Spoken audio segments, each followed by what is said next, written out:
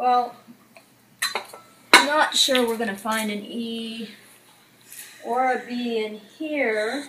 Singing bowls were made in kind of a bell curve of a shape and a thickness, right around somewhere between a 6 and 3/4 to 7, maybe 7 1/8 diameter. So the great majority of the Tadabati, which is this kind of style, bowls that we get from the Himalayas are going to be in about that those dimensions. This one is a little smaller.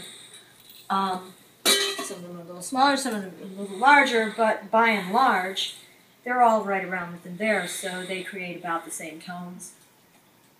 So the challenge of finding a set is finding the pieces that are lower in pitch and higher in pitch from that bell curve. And of course, the construction of a bowl determines what the pitches are going to be. The wider the diameter, the deeper the tone. The thicker the walls, the thicker the construction, the higher the tone. So those two characteristics, properties of the singing bowl are going to determine which frequencies that it is. And of course, singing bowl always has multiple frequencies.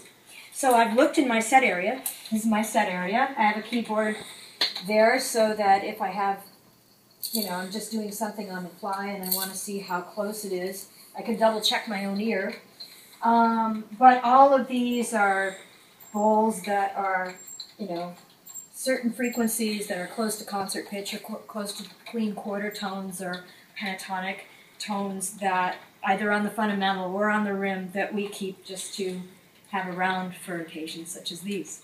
So I found this A -2. It's a very old void, so it's going to be a little over the price range that Jeff is looking to spend on his set. I'm going to see if there's anything in an A that we have that might work.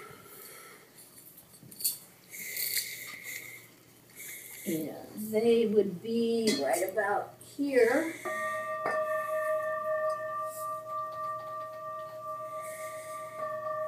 That's slightly sharp, so I know that one won't work. That's way flat. Yeah, that won't work. It's too big. Too flat, too small. Way too flat. Okay. Let's look for A's in the showroom. So G +4. And A -2. Ooh. Ooh. This one looks like it's a really good bowl. It's actually an A -2, but let's just see if the complementary overtone, female overtone, will work with this one. I like it because it's a similar construction to these two.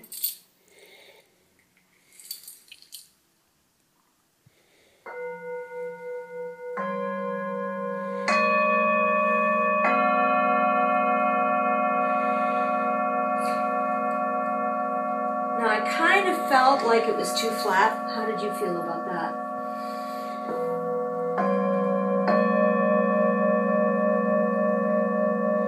See, what you're hearing is this is a pretty clean C sharp, and this is a D sharp -10 on the rim. So you definitely would pick that up with a leather mallet more than a padded mallet, because when you strike the bowls with the suede mallet, you're picking up the mid to female overtones more predominantly than the fundamental tone, the lower one. Do you feel that? Yeah, it's just a little flat, right? Right. Now, when you use the padded mallet, not so much.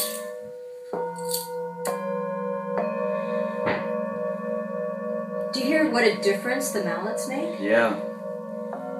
Now remember, there's got to be a B there, and we don't have that. But right now we're just thinking about the A. We have no A4s. But 2 hertz generally doesn't make any difference at all. Usually 4 hertz doesn't, not in a set. because they're so broad. The bandwidth, the sound waves are just so broad. It's not a big deal. Let's listen to this one.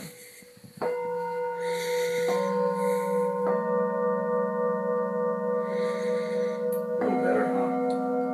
Because it has a concert pitch D sharp rim. It's bigger and more expensive than I would like. Well, we can add up the figures and see where we go from I mean, there. this is really coming together. It is coming together. I'm afraid that's really all we can do for today, but yeah, there's hardly any variance. It's pretty smooth. pretty smooth. All right. I liked the price of this one better, but I like the sound of that one better. So we've come to an arrangement. Thank you very much. Thank you very much. Are you kidding me? This is awesome. So we've got the A, and what an A it is.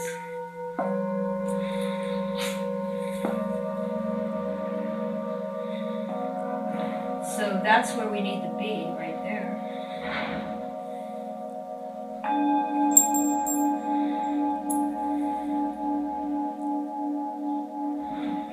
So let's listen to them together. Would you like to choose your weapon?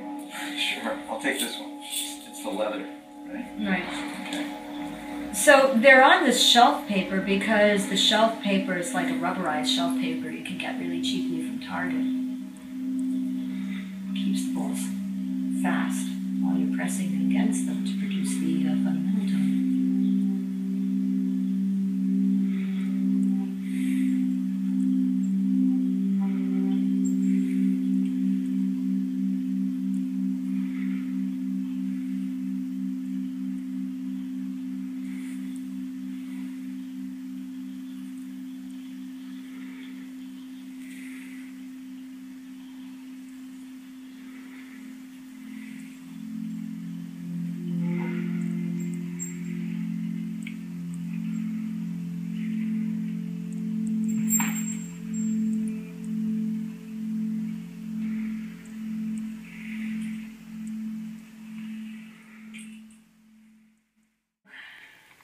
You're going to take these bad boys back to Orange County, and then when the next shipment comes in, we'll look for the E at the bottom of the scale, and the B, right? The B right there.